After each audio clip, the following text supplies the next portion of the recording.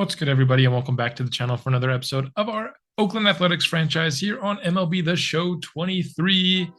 We are 18 and 19, floating around that 500 mark for a while now, and I think for this episode, we are going to take a look at the Cleveland Guardians. I think they are one of the best young teams in the MLB, and, seeing a young core like that could give us hope as to what we can be someday. Cal Quantrill will be the pitcher we face today. Also wanted to play this game because Noah Syndergaard is pitching, and of course signed him to a contract in the offseason, and we have yet to see him play. Ahmed Rosario up first. Full count. A little bit late there. Was thinking for a moment that I was maybe going to walk. Ended up being late. Pop out to start this game. Lawrence Butler up next. 2-2 count. Lifts this outside fastball into the air, but doesn't have nearly the power needed to get past left field. In fact, it doesn't even look like he needed to move over there. And then Ian Happ, 3-0 counts, gets on base with a walk. He has been our best hitter so far this year. Been a great free agency addition. I thought Ahmed Rosario was going to be our best hitter this year. It has been Ian Happ. However, maybe not quite as good at stealing bases as that first inning will end. Caught stealing there. Noah Syndergaard, like I said, our first look at him, and maybe a little bit of a generous call. I'm going to be honest, one of the few we got all game. But I'm sure we'll see some of the maybe questionable calls throughout the cut footage here. But walks the second batter, so one down and one on base, and he is thrown out. Shea Langeliers, still a work in progress, but one thing he does have is that rocket arm behind the plates. Didn't really feel like giving Jose Ramirez anything good to hit there. Ended up walking him as well. Josh Naylor up next. He goes on the slider underneath the zone, and Syndergaard able to get through the first inning without allowing any runs. Seth Brown back up to the plate. Top of the second, he gets on base via a walk. Tony Kemp, he hits the curveball, lifted, but it's turning it into anything good. In fact, double play for the Guardians. 2 outs now. Jace Peterson up to the and he gets it right over the first baseman's mitt there. He's turning to second, and he will hold up there. A 2-out double for Jace Peterson. We got a man in scoring position. Can we get him across? Leaving men on base has been a struggle for this team. Mariano gets jammed there, and that will be caught in foul territory. We'll go through a second inning without scoring a run. We do have ourselves a hit on the board, though. The first team to do that. Josh Bell up to bat, and Shea Langeliers able to get underneath that one and haul it in without much of a problem. George Valera now up to bat. He is going to go on the slider down low, and that will be another strikeout for Syndergaard. Striking out is definitely not his specialty, but Nomar Mazara here able to knock one out of the park, and the lid has been taken off of this game, and we have our first run scoring. Bo Naylor up next. Short little tapper hauled in by Noah Syndergaard, gets it over to Seth Brown, and that will end the second inning. Nomar Mazara, of course, with that nice knock earlier in the inning. Shea Langeliers up. 1-1 pitch. He lifts this one into right field. It's going back and just sneaks over the wall. Shea Langeliers with a solo home run himself to tie this one up. 371 feet is that one. Honestly, coming off the bat, that did not feel like a home run at all, but I will not complain about it, not one bit. Lawrence Butler up. 3-1 pitch. Right over the middle. He's able to hit it into left center field, but the just short of, hitting the gap, but still able to tie this game up. Both teams on the board here in these beginning innings. Stephen Kwan able to get on base with 1 out here, bottom of the 3rd.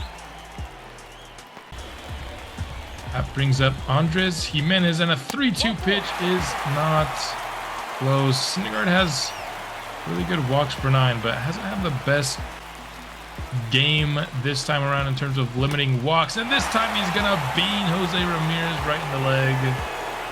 Not at all where I wanted that one, of course, which will bring up Josh Naylor. 0-2. This one is high and inside, gets the swing. A clutch strikeout there from Noah Syndergaard. It's been kind of weird. He's getting a lot more strikeouts this game than you would expect from him, and he's also allowing more walks, but able to avoid a tricky inning there without allowing any runs. Ian Happ right over the middle. This one is smoked into left center field, and an easy stand-up double to lead off the 4th for Ian Happ. Like I said, he has been our best hitter this year. I thought it was going to be Ahmed Rosario, honestly, just because his contact is so high, as well as his speed, but Ian Happ has been better, I would have to say. Seth Brown flies out into left field after him. That brings up Tony Kemp. 1-1 pitch. This guy is leaving some stuff over the middle of the plate. We have to take advantage. This one is over the fence for an RBI automatic double for Tony Kemp. He's not having like the greatest season in simulation, but the games that we've played, I feel like Tony Kemp comes to play. Unfortunately for him, like the games that we actually play, it's just such a small sample of the entire season, so I can't base a lot of roster decisions. In this game is center fielder, I don't know his name. Excuse my ignorance when it comes to baseball, but a great play out in center field. Ramon Laureano just not able to get the RBIs there, as Noah Syndergaard will strike out. George Valera. Hey, that's the center fielder's name. Now I know. Will I remember? Probably not. Bo Naylor. Lawrence Butler can't make the diving play. He picks it up, throws it to second, and he is thrown out, though. Let's go, Lawrence Butler making a play out in center field. So a couple of center field plays here in a row. Shea Langoliers, for the 2nd time in this game, will find himself with a solo homer, increasing our lead to 3-1 on the game. Shea Langoliers is another guy that I feel like his simulation stats are always terrible, but I hit well with him. But like I said previously, you just can't really make roster decisions based on how they play in the games that you're playing, because that's like less than 10% of the season is games that we're actually playing, just by nature of 162 game season. Ahmed Rosario, 0-1 pitch. He smokes this one into left field. Can it hit down fair? Yes, it can. And that 94 speed easily into second base. We got a man in scoring position. 1 down here, top of the 5th. That brings up Lawrence Butler. 3-2 pitch, and he gets a hold of this one, no doubt about it. Just barely missed the upper deck there, but Lawrence Butler with a great hit, and this homer will bring across 2 runs, and it will be the end of the game for Cal Quantrill. The Cleveland Guardians had seen enough after that. But I mean, I really like Lawrence Butler. I wish his potential was just a little bit higher, maybe like at least a high C, because I feel like he certainly hasn't been as good as he was in the first year here in year 2, but I still feel like it was kind of weird that he was so young, but the game said he was already capped out, you know, to start this franchise series. My only hesitation though is if you start to, you know, edit potentials for one guy that you think should be higher, as this is a wild pitch that will eliminate our chance for a double play, advancing both runners to second and third base. Back to what I was saying, if you start to edit potential for one player, when does it stop? You know, I feel like I need to make some ground rules before I allow myself to edit any sort of potential ratings or anything like that. And who knows, I might just not do it at all. Jose Ramirez will get on base with a walk for the second time in this game. Loading the bases. This one will be hit to center field, but luckily just not quite enough underneath it. That will bring a man home, though, and Lawrence Butler, pretty solid arm, but just wasn't quite able to make what was a really tough throw. That makes it a 5-2 ball game. Syndergaard walks another batter. Just wanted to get him through a 5th inning here. And this one will be grounded to Tony Kemp. Able to get the force out at second. I wish he would have just thrown to first there. Second seems a little bit unnecessarily risky, but that would be the end of Noah Syndergaard's day, as that 5th inning just really wasn't all too impressive, and I think it was a good time to get him out of the game. Ramon Laureano, 2 outs, top of the 6th, able to reach base on that one. Brent Rooker up now. He will walk, advancing Laureano into scoring position.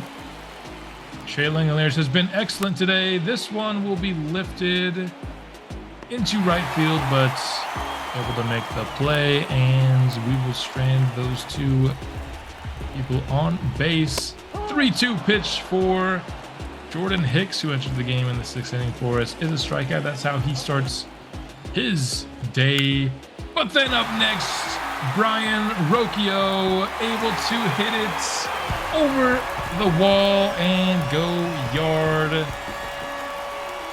Oh man, Jordan Hicks just hasn't been impressive. He was coming off a great year last year, which is why we gave him the contract, but that's 2 home runs he's allowed in both of the games that we've seen him play. So that's definitely not something you like to see. Ian Happ reaches base again on a walk. He has been consistently reaching base for us in this episode. Seth Brown, 0-2. And that one looked a lot lower to me coming out of the pitcher's hand. That one easily should have been something I swung at, but just didn't see it right coming out of the hand.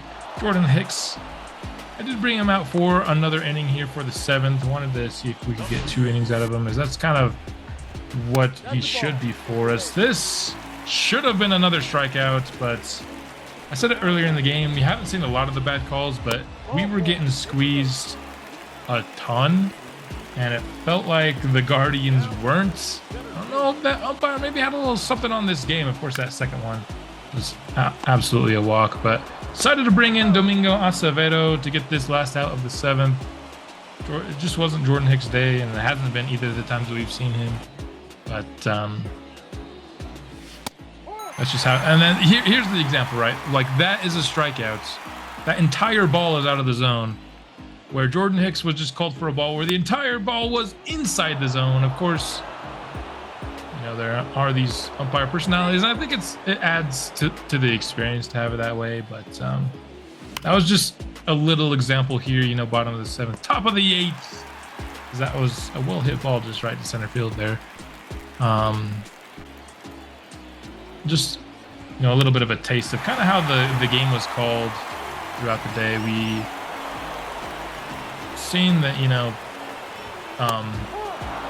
except for that one. Okay, there you go. So we had one. I kind of lost track of my thought there. We had one really good strikeout call for us. I guess that was pretty generous to end the game. I was gonna say that my video footage became a little bit corrupted there at the bottom of the 8th, and so that's why we kind of skipped to the bottom of the 9th there, but nothing really happened, so you didn't miss much. And what I want to do now is introduce my big board onto the channel. I've been kind of mentioning that I'll probably be doing something. This is very much a beta version. I want to put more information on here. I just don't know what to put, but this is a link to a Google Doc that anyone has access to. It is in the link of this video, and it will be in the link of the description of every athletics video I'll have going forward. Just want to show who I have on my board, starting with Boyce McDermott, who I do think is the best player in the draft and the guy that I really hope we can draft at number 2 overall. Him or Frank Cannon. I think both of these guys, they obviously don't look like it now, but I think they are generational players. And then for pitching, I think there's one first-round caliber pitcher that would be worth number 2 overall. That is Grady Wolf. Looks really good with velocity and things like that. Harrison Ash is kind of one of my round 2 targets. These guys, they are rated, they're kind of tiered as like first round targets, second round targets, third round targets. Within the tiers, I don't know if they're like accurately ranked on my big board. I just know like I'd rather have all my tier 2, my round 2 targets over my round 3 targets and stuff like that. Alex Angeles here is switch hitting catcher. It's somebody that our scouts really, really like. He's a discovered prospect who we have ranked number 2 on the board. Tommy Robertson here at first base. He's, graded as a mid-second. Our scouts think he's a late first kind of guy. Richie Daly, thought of as maybe a late first, early second. We think he's worth a mid-first pick. Jonas Henson is probably the second best guy that we've discovered. I just got to say, our discovery scouts have done so much good work in this draft. We have so many good discovered prospects, more than I've ever had. Andres Palmero looks like a good fielder and contact hitter. He's kind of the last guy from the second round. Starting with the guys I'm targeting in the third round, we have Marcus Lloyd, an 18-year-old pitcher. Looks pretty good. David Delange is older. I think he's going to be better, though. Maybe not the highest ceiling, but I think he will have a decently high overall coming into, next year. Santiago Rodriguez, if you want a lefty pitcher, this is kind of what you've got. His walks per 9 look terrible, but he's young and has a high ceiling. Lee Dixon, the last of the guys that I would target in the third round as a closer if we don't get one of those closers that I liked in this second. Kenny Martin, Stefan Anderson. So these 4 to 6 round targets are either guys that they're okay, I wouldn't mind picking, or they're just guys that we haven't scouted yet that we discovered, but our scouts like them. Franz Garrison, more of a fielding catcher, but another switch hitting catcher. We discovered 2 switch hitting catchers in this draft, which is kind of cool. Like I said, easily the most work my discovery scout has ever put in. Like, they always put in work, but like in terms of how many top 100 caliber players that were discovered by my discovery scout, it was incredible. Just kind of taking a look at who was good in May. Bo Schnell was money. Austin Pruitt, over 10 innings, didn't allow any earned runs. And looks like we just have some send downs here that were probably due to injury.